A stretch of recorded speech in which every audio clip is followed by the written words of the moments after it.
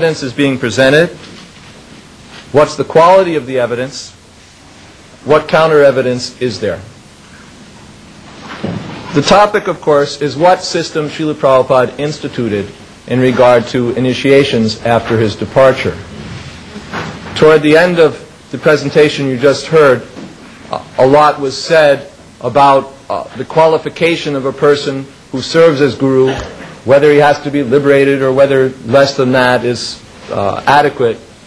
This is a question I don't propose to deal with, because it's not the question on the floor. The question on the floor is, what system did Srila Prabhupada institute? If he instituted a ritvik guru system, then the question about the qualification of guru is not urgent. We can put it off. The main business is to get these ritviks in place. On the other hand, the question of the qualification of guru, whether he has to be liberated and so on, that becomes urgent only if your other premise is wrong. Only if Prabhupada didn't institute a ritvik guru system for initiation after his departure. If you're wrong, then it becomes an urgent question. Who's qualified to initiate after Prabhupada?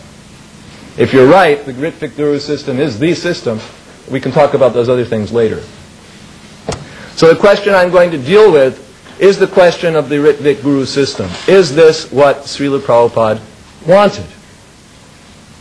Now, what's the evidence that's been put forward to the effect that it was?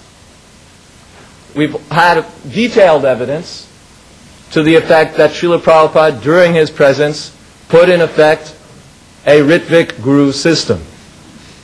Starting back from the days of Rebadi Nandan Maharaj, and Prabhupada authorizing people to chant on beads, and continuing up through the time when he was saying, it doesn't matter, you don't have to consult me, whoever you think is all right, initiate him, give him a name, put the name in my book. The evidence is uncontrovertible, it's thorough, it's exhaustive, it's accepted by just about everyone. We don't intend to argue that. Srila Prabhupada didn't appoint anyone to become a guru for the future. He appointed ritviks to initiate in his presence. That much is accepted by everyone. Now, the extension of that is that these ritviks were supposed to initiate Prabhupada's disciples in the future after Prabhupada's disappearance. That's what's at issue. And that's what Prabhupada is supposed to have firmly set in place before his departure. Now let's see what the evidence is for that. We have, first of all, a memory from Gauridas Pandit of one conversation that he overheard. We have a memory from Yashodanandan that Gauridas Pandit told him that this is what he'd overheard.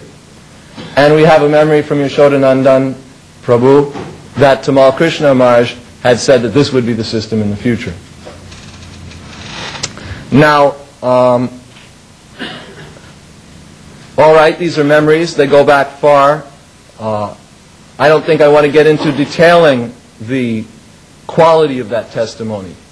I'll simply point out something which has been amply pointed out by Rupa Vilas Prabhu, namely that even persons who are being put forward as gurus at the moment may have 4 defects.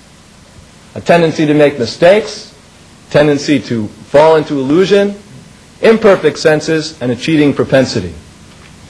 If you're prepared to argue that even the present leaders of the Krishna consciousness movement have these 4 propensities, I assume that you're unwilling to exempt Yashodanandan Prabhu and Gauridas Pandit from those 4 same defects. Okay. So we have these brief memories, one sentence from Tamal remembered and one sentence from Srila Prabhupada allegedly remembered. We then have 2 sentences severed from their context in the so-called appointment tapes. That is, I shall appoint some of you to be officiating acharya. Is that called ritvik? Yes. This is essentially the totality of Srila Prabhupada's statements on the matter that we have available to us.